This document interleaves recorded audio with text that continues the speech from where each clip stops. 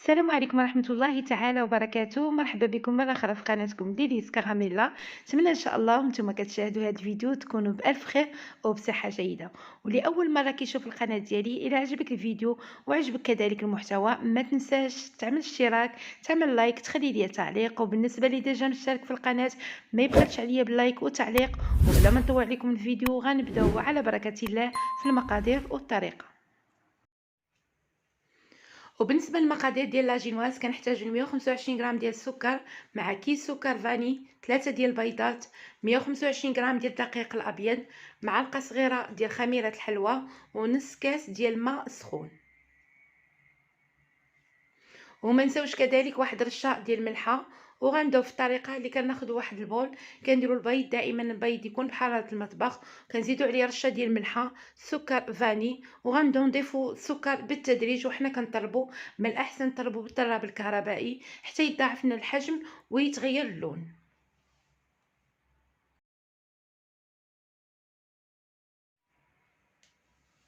ومن بعد غنبداو نزيدوا الدقيق بالتدريج مع الخميره ديال الحلوى ونخلطوا غير بسباتول اولا بمغرفه ديال العود.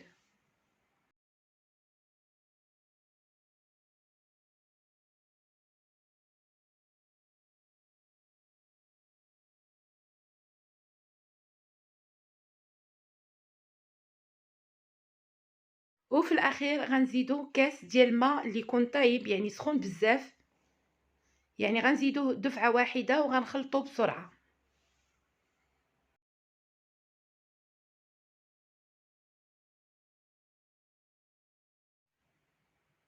وكناخدو واحد الطاوه اللي كنديروا لها القليل من الزبده وكنفرشوا ليها ورق الطبخ. بالنسبه للعبار ديال الطاوه 30 على 40، وكنديروا الخليط ديال لاجينواز. وفي هذا الوقت كنكونوا مشعلين الفران على 160 درجه الحراره. بالنسبه للناس اللي عندهم فران ديال الضو كيشعلوا عليها من الفوق ومن التحت حتى كتنشف، يعني ما خصهاش يطيب بزاف اولا تحمر بزاف باش نقدروا نروليوها مزيان، يعني ما تهرش لينا. وبالنسبه اللي عنده فران ديال الغاز يقدر يدخلها على نار اللي كتكون قل من متوسطه، هي كتشد في راسها شويه ومن بعد كينزلها لتحت تكمل الطياب.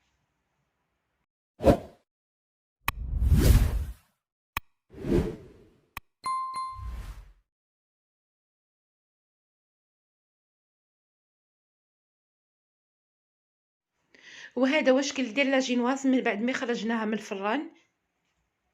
من الاحسن انكم ما تخليوهاش في الطاوه اللي طابت فيها باش ما تقصح لكمش من التحت. مباشره كنحيدوها، يعني كنخليوها في ورق الطبخ وكنحطوها فوق الرخامه اولا فوق سطح العمل تقريبا واحد 10 ديال الدقائق غير بما كتدفى شويه، ومن بعد كنروليها في نفس ورق الطبخ اللي طابت فيه.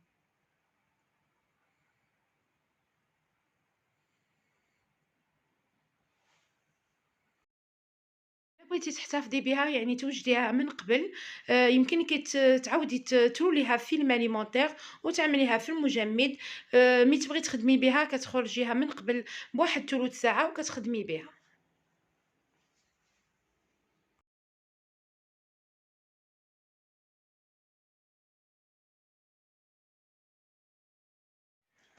وبالنسبه للكريمه اللي غنديرو في كاطغولي، عندنا اول حاجه واحد جوج اوراق ديال الجيلاتين، و100 غرام ديال البودره ديال الشونتيي،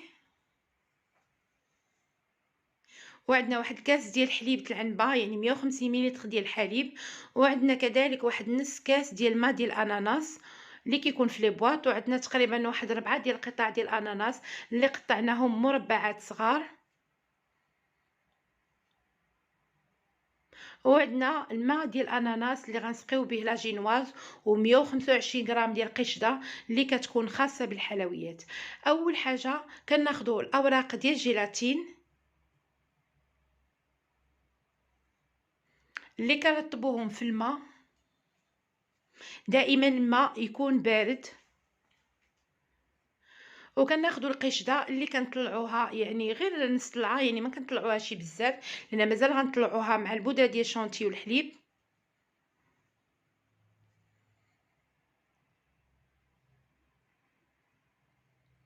وكناخذوا بول اخر اللي كنديروا فيه البودره ديال الشونتي ومن بعد كنزيدوا الحليب، الحليب يكون بارد.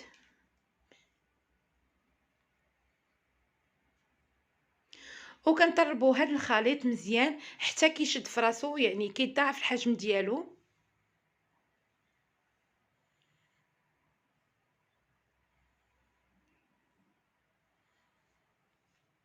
ومن بعد كنضيف عليه الكريمه اللي طلعناها غير شويه، ومن بعد كنطربو مره اخرى حتى كتشد هاد الكريمه، كتضاعف الحجم ديالها وكتشد في راسها مزيان.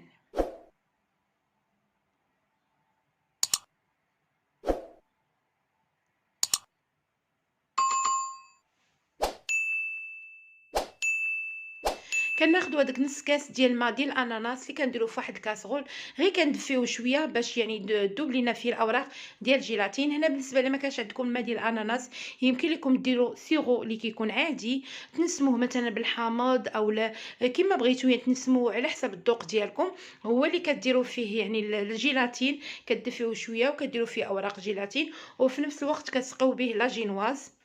يعني ماشي اللي فيه لا جيلاتين، بالنسبه اللي غنديرو فيه لا جيلاتين هو اللي غنزيدو على الكريمه،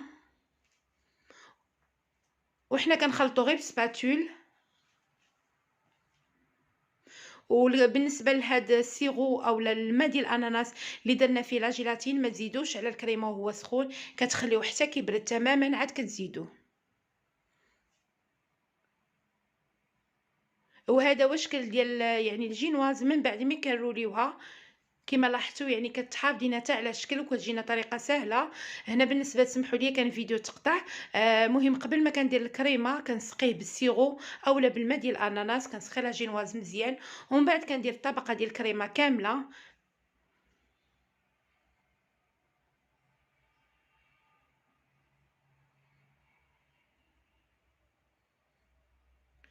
وكندير كذلك القطع ديال الاناناس. هنا يمكن لكم تعوضوا الاناناس باي فاكهه كتبغيو، مثلا مشماش، اي فاكهه كتبغيوها. وكما قلت لكم بالنسبه للسيرو اللي غديروه في الكريمه اولا اللي غتسقيو به، يمكن لكم ديروا سيرو عادي. ومن بعد كندير رولي في لاجينواز يعني بورق الورق الطبخ اللي طابت فيه غير بشويه،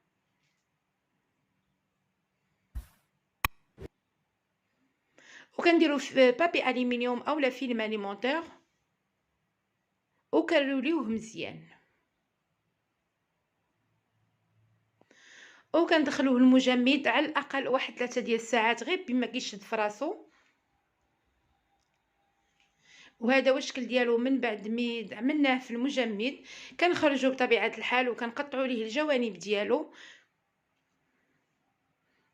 هنا خديت شوكولا بيضاء هي اللي غنزين بها الكاطو غولي. كنعملوا خطوط هكا، يعني خطوط اللي كيكونوا رقاق.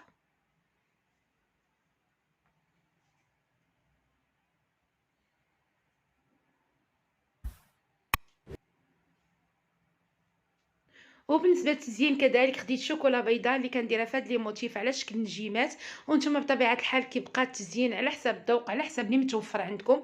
انا هنا زينتهم غير بهاد النجيمات ديال الشوكولا اللي عملتهم في هاد لي موتيف. كندخلهم مجمد من بعد حتى كيشدوا في راسهم، وكنعمل عليهم شويه ديال ساتيون دوغي هي باش كتعطينا ديك اللمسه ديال يعني ما كيبقاوش بايدين بزاف. هنا كيبقى لكم اختيار، انا كنت عملت الكحل والبيض ولكن درت غير البيض.